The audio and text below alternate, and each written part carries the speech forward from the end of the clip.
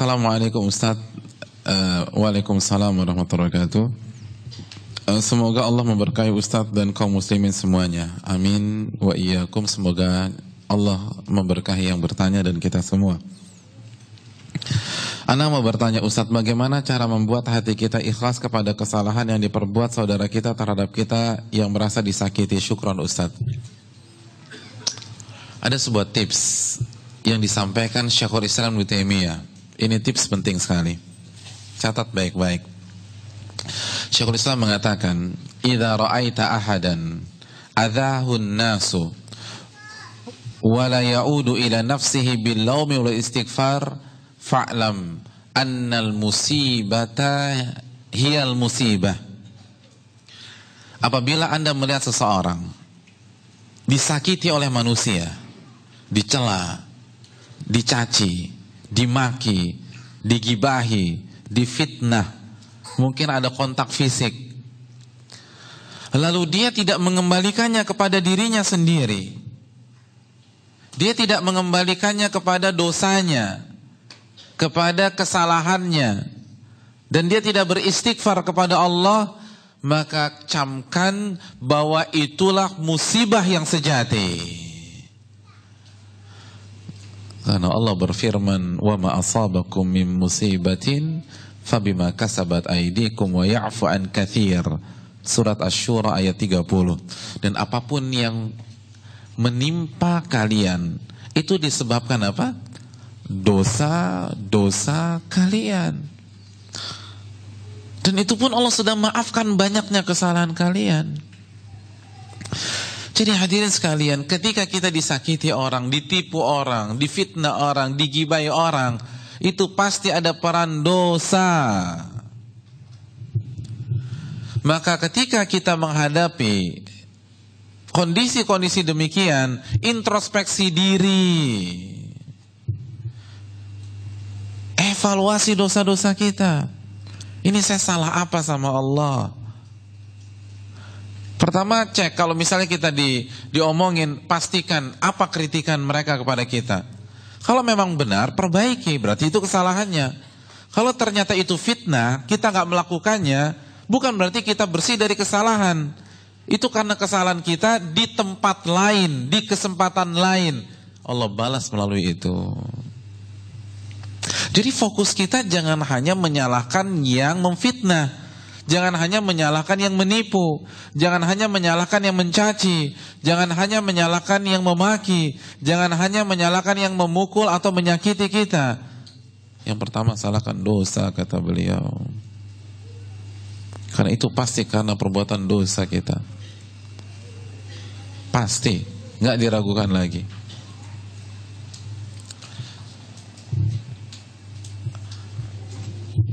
Jadi kalau kita tahu penyebab kesalahannya siapa? Kita. Maka kita nggak akan terlalu ngotot sama orang. Walaupun secara kasat mata dalam kasus ini yang salah.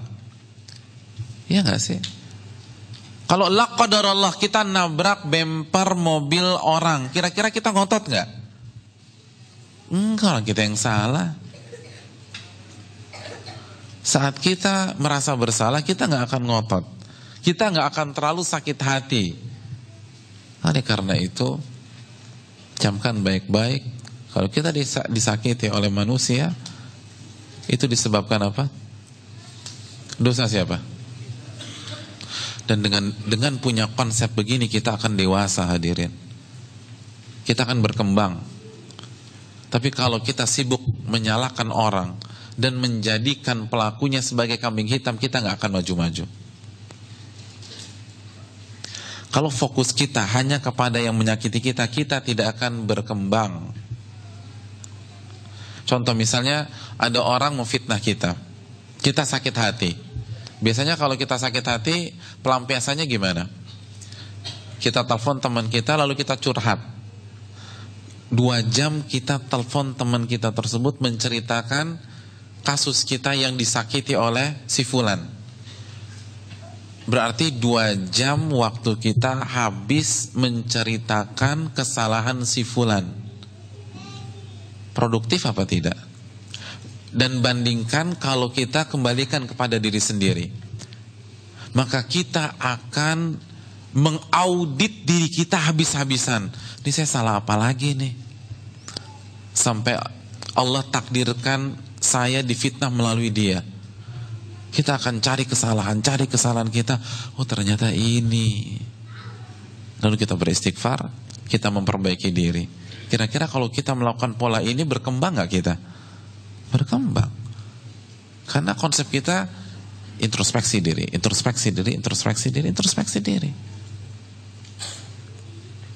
Makanya kan ketika kita membaca Sayyidul Istighfar, apa yang kita baca? Abu'u laka bi ni'matika alayya wa abu'u. Udah itu aja. Kata Syekh Abdul Razak bin Abdul Muhsin Al-Abbad, konsep muslim itu dua. Akui nikmat Allah dan akui kesalahan kita.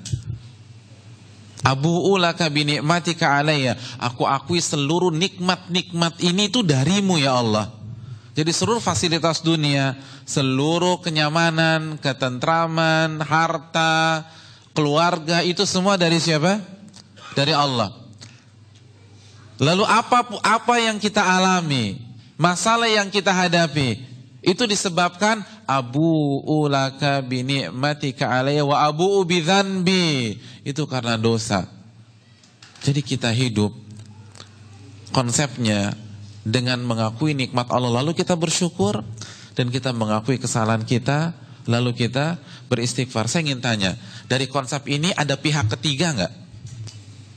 Ada pihak ketiga nggak? Nggak ada. Nggak ada pihak ketiga. Itu konsep yang diajarkan dalam Sayyidul Istighfar. Nikmat dosa saya, begitu aja udah. Dan kita akan maju. Ustaz, enak banget dong yang nyakitin kita kalau begitu. Hadirin,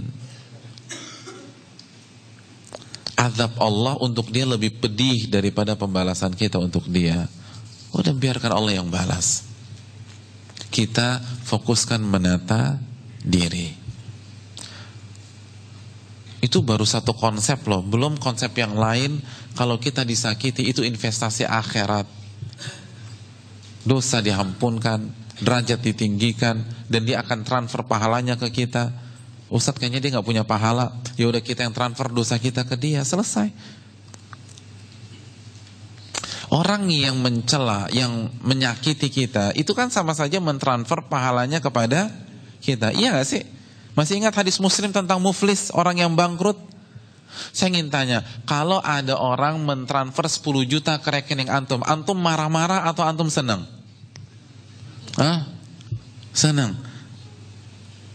Sekarang, mana yang lebih besar, pahala atau duit? Apa dua-duanya? Nggak bisa, emang paling lebih besar pahala. Kalau kita benar-benar yakin pahala lebih besar daripada duit, kenapa kita stres ketika ada orang mentransfer pahalanya untuk kita? Katanya yakin kepada hari kiamat. Katanya Ahlussunnah wal Jamaah. Ahlussunnah wal Jamaah kan kontennya akidah. Penekanannya kan akidah, dan akidah kan iman kepada Allah, iman kepada malaikat, iman kepada kitab, iman kepada Rasul, iman kepada hari kiamat, iman kepada takdir. Mana iman kepada hari kiamat? Orang kirim pahala, kok malah ngamuk, kok malah galau, kok nggak bisa tidur. Wallahu ta'ala bishawab.